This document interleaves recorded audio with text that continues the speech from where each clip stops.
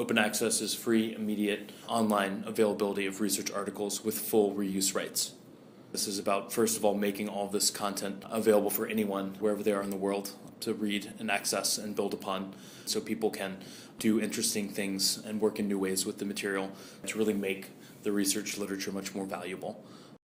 The history of the model is really publishing scientific manuscripts, especially ones with complex, detailed color figures, was expensive. And so if you wanted your article distributed broadly and widely, you sent it to one of these journals, and then, they would manage the review process and the communications with reviewers and revisions, and eventually something would be accepted, and they handled the typesetting and the printing and the distribution of your scientific work. And it worked. It worked great. Science progressed pretty well, and it became, a good way to distribute scientific papers. And what's changed is, really two things, in essence. First is digitization. You can now do everything electronically instead of printing it. And the second is that the journals started ratcheting up the price of subscriptions to many of their journals. And so those two things came sort of to a head where it's become almost the theater of the absurd with the amount that some journals want libraries to pay to subscribe to the journal. Research has shown that journal prices have actually outpaced inflation by over 250% over the past 30 years. There are over 15 entire academic disciplines where the average price for one journal is over $1,000 for one subscription for 1 year. Yeah, in chemistry, the average title is $4,227, and physics $3,649, and it even goes down into like agriculture is still over $1,000, and geology and botany all over $1,000. And those are just the averages. Those aren't like the way out there. So there's a journal called Tetrahedron that's $40,000. The journals aren't producing the material. The journals don't employ the people who write the papers.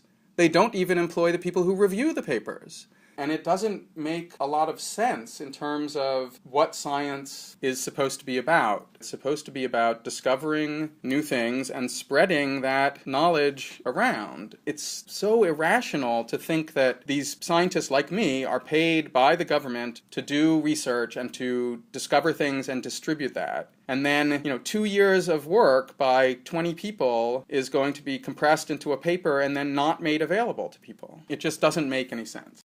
Yeah, so I think this problem of access to research is one that people run into all the time, but it's not one that they sort of realize. I know when I was a student, whenever I would be doing research and come across a great abstract and not have access to it, I just sort of moved on and thought, well, this is the way it is. I didn't really realize that there was a system behind this, that was causing me to not have access. And I think students' educations literally depend on access to the journal literature. Professors can only teach what they have access to. If you look at less wealthy countries, like low and middle income countries, they really, really struggle to get access. And, so that's a real impediment that prevents researchers in those countries from being able to contribute fully or do world-class research. I was not, even with this lack of access, and even with my brother starting the Public Library of Science, I wasn't convinced. I didn't understand why this was a big deal. And then we had a family medical emergency, and I was up at 3 in the middle of the night in a hospital next to my wife in the hospital room, surfing the web on the crappy hospital wireless internet, and I was trying to find out information about a particular medical treatment, and I couldn't get access to the damn papers. And our doctors didn't know the answer to these particular questions, and we needed to decide about what to do with this medical treatment. And here I was, a trained scientist, with the ability to read and interpret and understand many of these papers, and I couldn't get them. And that was the moment for me. I was like, you've got to be kidding me.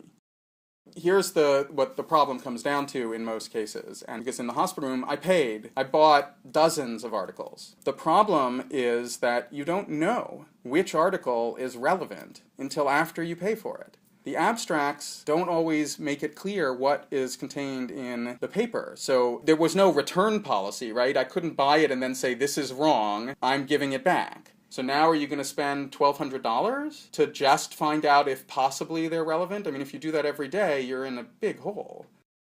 I'm not, some communist saying everything should be free and, I don't believe in corporations. Nobody is saying that publishing is free. What people are saying is that we need to work on models where the government that is already paying for the research and is then paying for the subscriptions and is then paying for the indirect costs for the libraries.